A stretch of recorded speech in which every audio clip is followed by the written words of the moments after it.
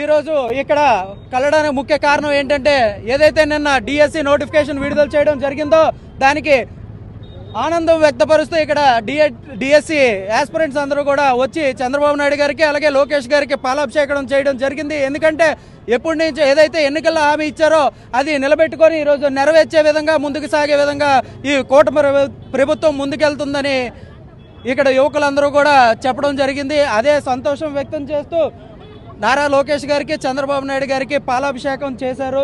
పాలాభిషేకం చేసి వాళ్ళు ఈరోజు ఎంతో సంతోషం వ్యక్తం చేస్తున్నారు. గత ప్రభుత్వంలో జగన్మోహన్ రెడ్డి ఇలాంటి బూటక హామీలు ఇచ్చి నెరవేర్చకుండా మా జీవితాలతో ఆడుకున్నారు. ఈరోజు చంద్రబాబు నాయుడు గారు, లోకేష్ గారు, అలాగే పవన్ కళ్యాణ్ గారు వీళ్ళందరూ కూడా సహకారం చేశారని తెలియజేశారు. వాళ్ళందరూ కూడా చాలా సంతోషం వ్యక్తం చేస్తున్నారు.